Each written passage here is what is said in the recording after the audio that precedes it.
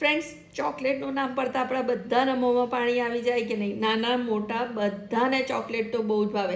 અને એમાંય બાઉન્ટી ચોકલેટ તો આહા, આમ જોઈને જ એવું થાય ખાઈ લઈએ. તો બસ આજે એ જ બાઉન્ટી ચોકલેટ એક માઉથ વોટરિંગ ટેસ્ટ સાથે અને ઇઝીએસ્ટ વેમાં આજે આપણે બનાવીશું.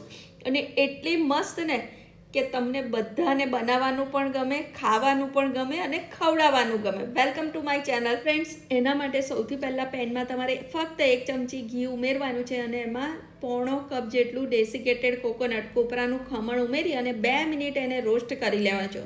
ઓવર રોસ્ટિંગ નથી કરવાનું, કલર ચેન્જ પણ નથી કરવાનો. ગેસની સ્વિચ ઓફ કરી દેવાની છે અને એમાં 2 ટેબલસ્પૂન જેટલું કન્ડેન્સ મિલ્ક. જો તમને થોડુંક વધારે ગળ્યું ગમતું હોય તો થોડુંક વધારે કન્ડેન્સ મિલ્ક ઉમેરો. બધું બરાબર મિક્સ કરી કશું ગેસ ચાલુ નથી કરવાનું. ડીશમાં તમારે કાઢી અને 5 મિનિટ ઠંડુ થવા દો અને પછી એના તમને જે શેપ આપવો હોય એ રીતે શેપ આપી દો. આપણે સિંગલ સર્વિંગ કરવાના છે એટલે આપણે નાના બોલ્સ બનાવે છે, એને સાઈડ ઉપર રાખો. હવે મેં ડાર્ક કમ્પાઉન્ડ અને મિલ્ક કમ્પાઉન્ડનું કોમ્બિનેશન કર્યું છે.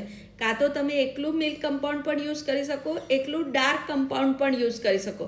મેં ડાર્ક કમ્પાઉન્ડ 50 ગ્રામ અને મિલ્ક કમ્પાઉન્ડ 125 ગ્રામ, આ એક સ્લેબ છે ને 125 ગ્રામ છે એટલે એનો અડધો લીધો છે, એટલે મતલબ 60 ગ્રામ જેટલું આ ડાર્ક કમ્પાઉન્ડ છે અને પેલું તો 125 ગ્રામ મિલ્ક કમ્પાઉન્ડ છે. એ બંનેને તમારે આવી રીતે થોડુંક રફલી ચોપ કરી લેવાનું એટલે જલ્દી મેલ્ટ થઈ જાય.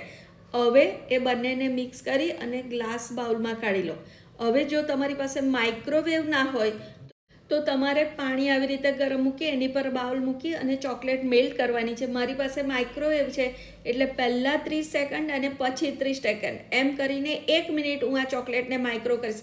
એક સામટી 1 મિનિટ નથી કરવાની, નહીં તો ચોકલેટ બળી જશે.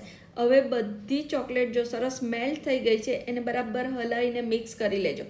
આ ડાર્ક અને મિલ્કનું મિક્સ કરવાનું કારણ એ છે ને કે એનાથી એક ટેસ્ટ બહુ સરસ આવે છે અને થોડું હેલ્ધી વર્ઝન પણ થઈ જાય.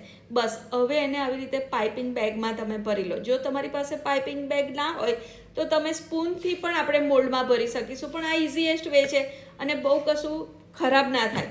એટલે બસ આવી રીતે અડધું મોલ્ડ તમારે ભરવાનું છે. એની ઉપર જે આપણે બાઉન્ટી બોલ્સ રેડી કર્યા હતા ને એ તમારે અંદર ઉમેરી દેવાના છે.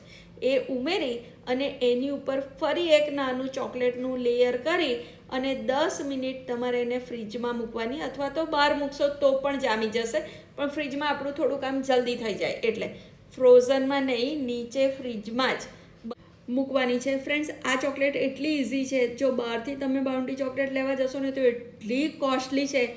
એના 1/4 એક્સપેન્સમાં તમે આટલી સરસ અને એકદમ હાઇજીન મેન્ટેન કરેલી ચોકલેટ તમે ઘરે બનાવી શકશો.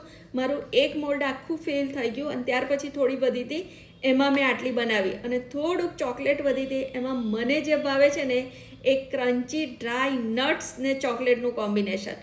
તો ચલો, હવે 10 મિનિટ પછી આપણે ફ્રીજમાંથી મેં કાઢી લીધી છે. જો કેટલી મસ્ત ચોકલેટ છે અને એકદમ સરસ અને સિંગલ સર્વિંગ, કશું તોડવા વોડવાની ઝંઝટ નહીં. ફટાફટ લેવાની, ફ્રીજમાંથી કાઢવાની, ખાઈ લેવાની. તો ફ્રેન્ડ્સ, મેં તો આ ચોકલેટ બનાવી દીધી છે. તમે પણ તમારા ઘરે આ ચોકલેટ જરૂરથી ટ્રાય કરજો. તમારા ફ્રેન્ડ્સ અને ફેમિલીને પણ બનાવીને ખવડાવજો.